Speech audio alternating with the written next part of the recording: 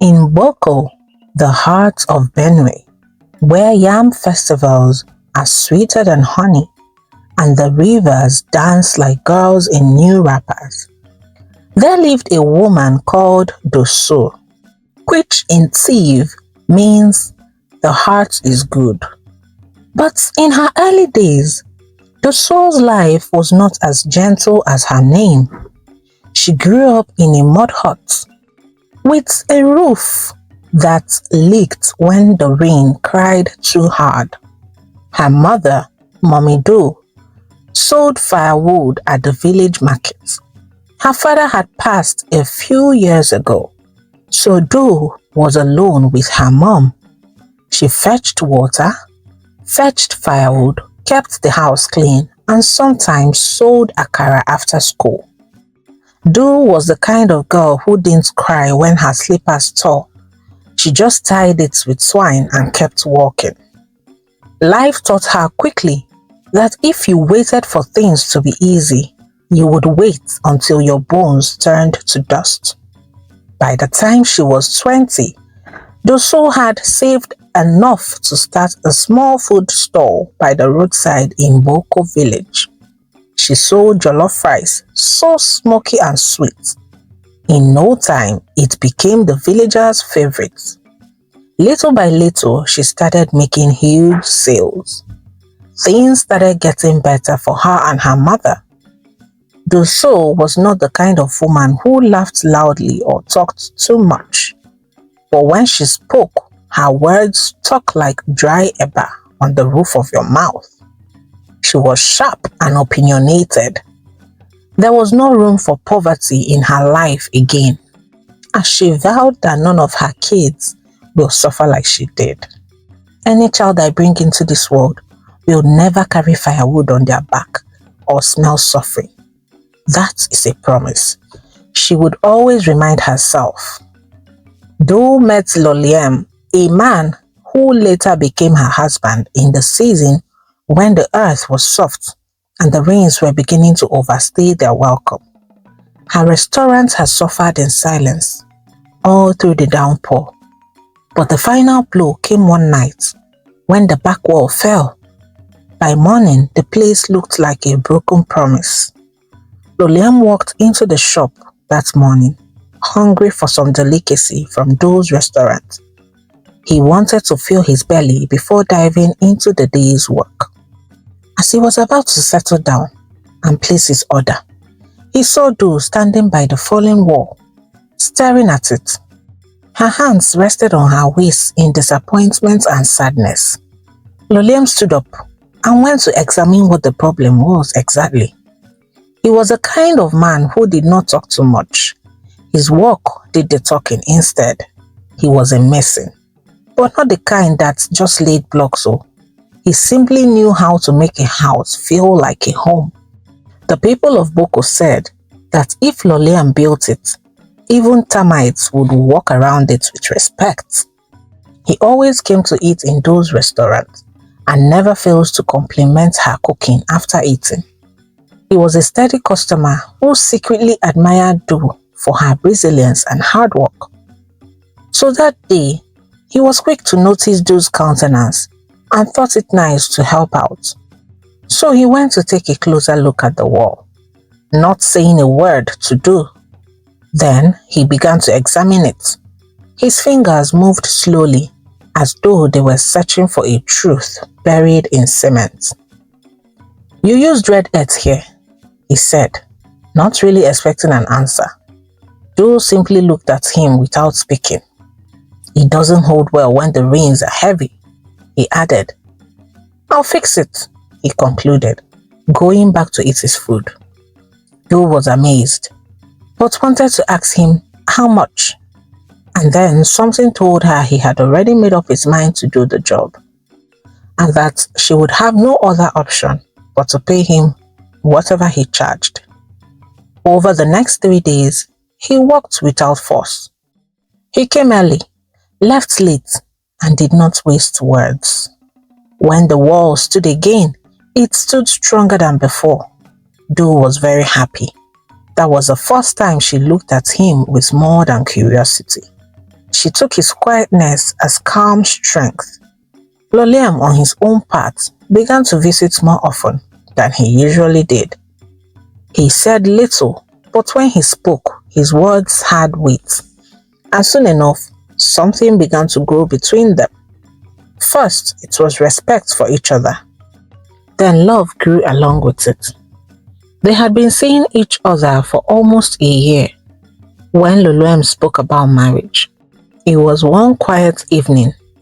Doe had closed her restaurant early because she needed to rest up and prepare better for the next day. She sat outside her shop, peeling orange. Loliam came and sat down beside her. He helped himself with some oranges before saying, "Doe, I want us to get married. I do not have it all now, but I promise I will not leave the work for you alone. Together, we will build the good life we both desire." This was the only assurance Doe needed to hear, so she accepted. After all the necessary arrangements and the question asking, the marriage ceremony was held.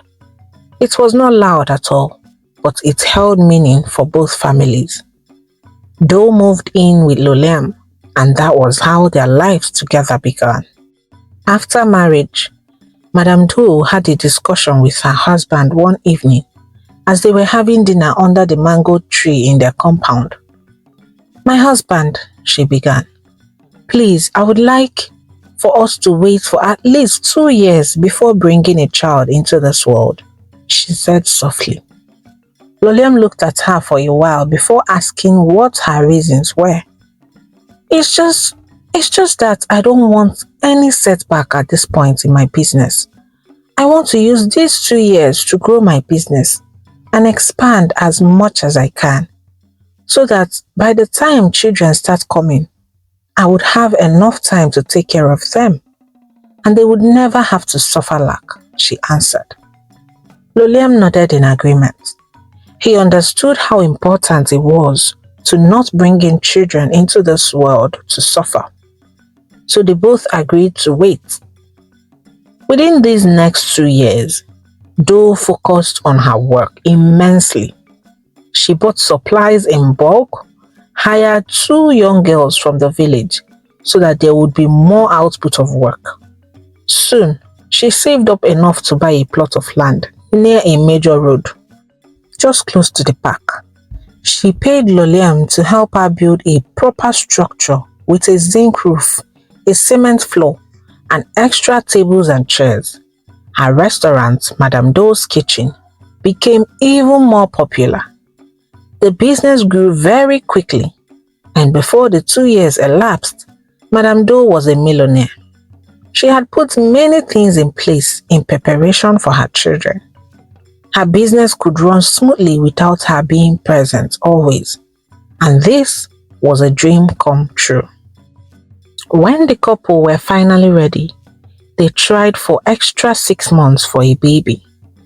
But when the signs came, her body felt heavier in the mornings. Her appetite changed. She told Loliam that she had taken it. They were very excited. During the months that followed, Loliam added a small room to the house, and Madame Doe started decorating the room with all kinds of baby stuff. When the time came, Tessu gave birth to a beautiful baby boy. She named him Tessu, meaning God's will has happened. She chose the name herself, and her husband, being a man of few words, did not argue. He simply went along with it.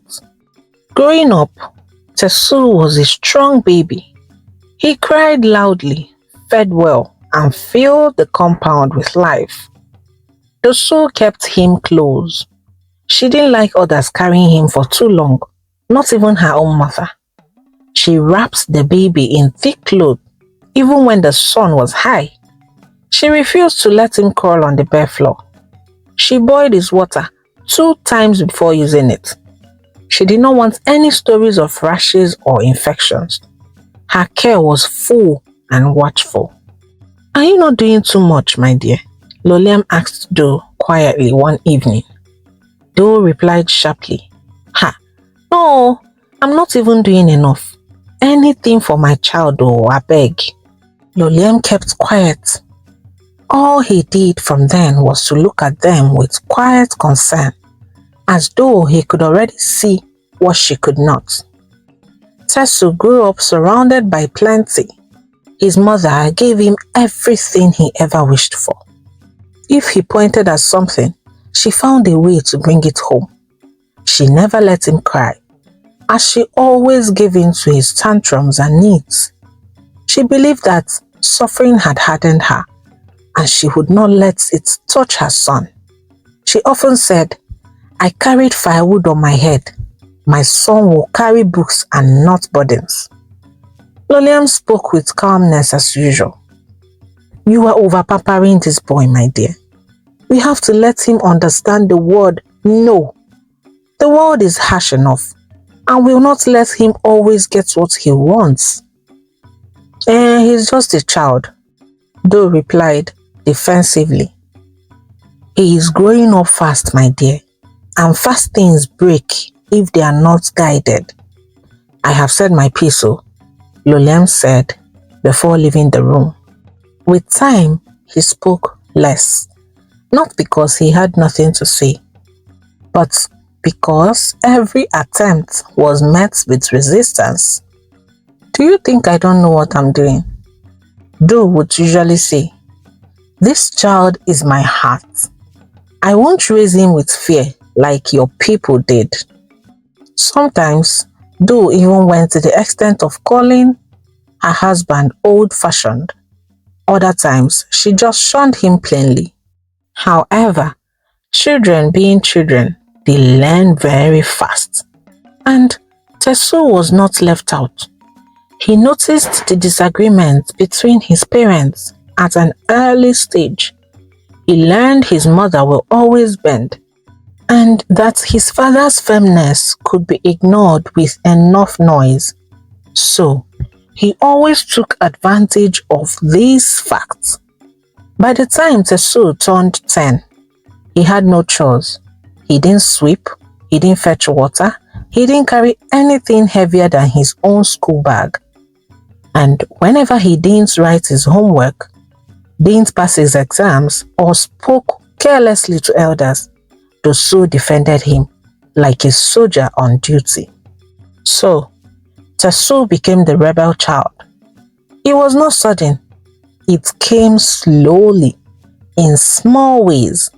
First, it was a word spoken with disrespect. Then he graduated to not greeting his elders. At 15, he stopped listening to his mother at all. When she asked him to stay indoors, he left through the back. When she asked him to study, he claimed he knows more than his teachers. Tessu would want to shout, but would keep quiet immediately he frowned his face in sadness. "Oh, he's just growing. Boys are difficult at this stage," she told herself in consolation. At 17, Tessu had become a name that drew whispers in the community. He fought in the streets with other boys, sneaked out at night and came back smelling of cigarettes and alcohol. Soon, news of how he steals cigarettes from shops and snatched money from smaller children became a constant thing to Tessu. She would defend him in front of people, claiming that it wasn't her son that they saw, that her son would never do such a thing. Her reactions even enabled Tessu the more. The neighbors spoke in hushed tones. One day, a man who ran a small chemist shop near the market called Loliam aside and said in whispers, "That boy, your son is heading somewhere very bad, and your silence is not even helping." Loliam acknowledged his concerns, thanked him and left. He knew he was going to get to this, and his efforts towards stopping it had long been shut down. He just watched his fears unravel before him. Tessu didn't stop with just being a nuisance in the area. He also started stealing from his own mom. First, Doo noticed that her wrapper started missing, so she confronted her housemaid, who swore that she knew nothing about the missing wrappers. Little did she know that her golden boy was selling them at the roadside for quarter their worth. It did not end with stealing wrappers. Oh, no. Tessu had not even started dealing with his mother yet. He progressed to stealing crates of drinks in those restaurants, leaving none for customers. This move shook Tessu. She confronted her golden boy, and for the first time, he didn't flinch. There was no sign of remorse or regrets. In fact, he met her eyes and shouted back. This was a shocker for Doo. The boy she had once protected from the world has now joined the world in making a caricature of her. Her heart was broken. She went home that day and told Loliam what had happened. But he only said, "We gave him room and he grew wild. But I warned you, didn't I?" The soul didn't reply. She began to lose sleep. Her name, that was once respected, was now used for murmurs and gossips. Mothers warned their sons not to keep company with Tessu. Shop owners watched him closely whenever he passed. The funny thing was that the soul still tried to protect him. She still believed that he would change. Little did she know that the one that would carry weight was still in view. One hot afternoon, as Doo was cooking in her kitchen, news of her cousin's death came. Mama Rose was like a sister to Dosso as they grew up together. Though life had taken them in different directions, but they stayed in touch. So when she received the news, she sank into the nearest bench, her apron still tied around her neck. She felt really sad. The burial was in a small town past Boko. She and her husband planned to stay for 4 to 5 days, just long enough to mourn properly and return. They locked up their house carefully and gave the spare keys to the restaurant manager. They called Tessu to advise him and warn him to behave while they were gone. No visitors, and make sure you sleep in the house. Do not make troubles. We will be back as soon as we can, okay? Doo said to him. He nodded, distracted and barely listening. The burial stretched longer than expected, and it took them about a full week before they could leave. They came back to Boko, tired and drained, only to receive the greatest shock of their lives. As the taxi slowed near their house, they noticed that the front wall had been repainted. The familiar green color was now a bright, awkward red. And next, a child ran out of the compound, chasing a plastic bottle. They stopped outside, confused, and slowly they entered the compound. On the veranda sat a man and a woman folding laundry. "Good afternoon," Doo said. The man responded politely but was puzzled. "Yes, good afternoon, madam. We are looking for Tessu. This is our house." Loliam managed to chip in. The woman looked at them. "Tessu, the one who sold the house?" The couple explained that they were recently transferred from Otukpo, and as God may have it, after being disappointed by an agent, they met a young man who looked responsible and was eager to sell. He said his parents had relocated and that he needed the money to sort some family issues. The man said they had seen the documents signed and stamped, and they paid and moved in 2 days later. The soul could not speak. In fact, she almost collapsed, if not for her husband that caught her in time. She sat on the edge of the veranda, staring at her own gate, her sweat and blood, like it no longer belonged to her. Lolium walked slowly around the compound into the backyard and returned with a face dark with disbelief. There was nothing left of their own inside the house. That night, Madame Doe couldn't eat. She sat outside the mango tree in front of her compound, her wrapper loose around her waist, her scarf tilted like someone who had fought the wind. Her husband Lolium sat beside her with a heavy heart. "He has sold us," she managed to say softly. That night, Doe did not sleep. She made up her mind that enough was enough. And then she decided on her next move of action. The next morning, she went straight to the police station and narrated everything to them. "I want him found and dealt with. Teach him a lesson that he would never forget in his life. He is my son, but it is high time he took responsibility for his own actions." The officer understood the assignment and sent out 2 of his best men to look for Tessu. 2 weeks later, he was found in Alaide, staying with a hood friend. He had been drinking and living off the money like he would never run out.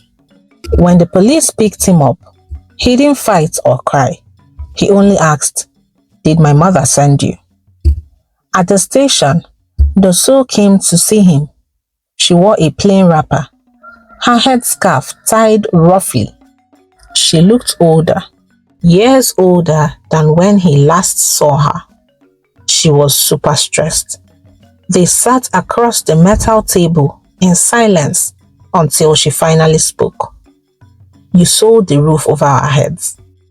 "I needed the money. I had plans," Tessu answered, looking away. Doe leaned forward and said, "Plans without honor are poison. I gave you everything. Maybe that was my sin. Maybe I should have let you carry something. I should have done better as a mother, and I regret my stupid actions every passing minute." Tessu said sadly. "I thought you would always forgive me," he said with tired eyes. Tessu rose to her feet. Her voice was steady this time. "Forgiveness is not the same as forgetting. And love is not the same as blindness. This is the last straw, Tessu." She walked out without looking back. All Tessu's begging fell on deaf ears because she knew it was time he had a taste of his own medicine. Doe and her husband were lucky as the courts ruled in their favor. The house sale was declared void, the new owners were refunded, and the house returned.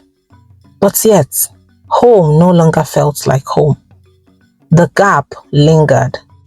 Tessu, on the other hand, served a short 2-year sentence, mainly for forged documents and deception. He came out quieter and thinner, but even though he had learnt his lessons, he never returned to live with his parents again. They could never trust him again. Life moved forward, but this time in regrets and survival. Moral lessons. Love without discipline is not love. Discipline is not hate. Boundaries are not rejection. The Bible says we should train up a child in the way he should go, so that he does not depart from it. As parents, we must do better. We must ask the Holy Spirit to guide and direct us, to help us navigate this parenting journey. Because the truth is, we can't do it on our own. Did you enjoy this story? Let us know your thoughts in the comment section below. Also, please subscribe to this channel. We noticed that a huge part of our viewers are not even subscribed. Please do us a favor today and hit that subscribe button. You would be helping us grow our channel, okay? Also, help us share this video to your loved ones and your friends so that they can learn a thing or two. Thank you so much for your support. God bless you. Until next time, bye.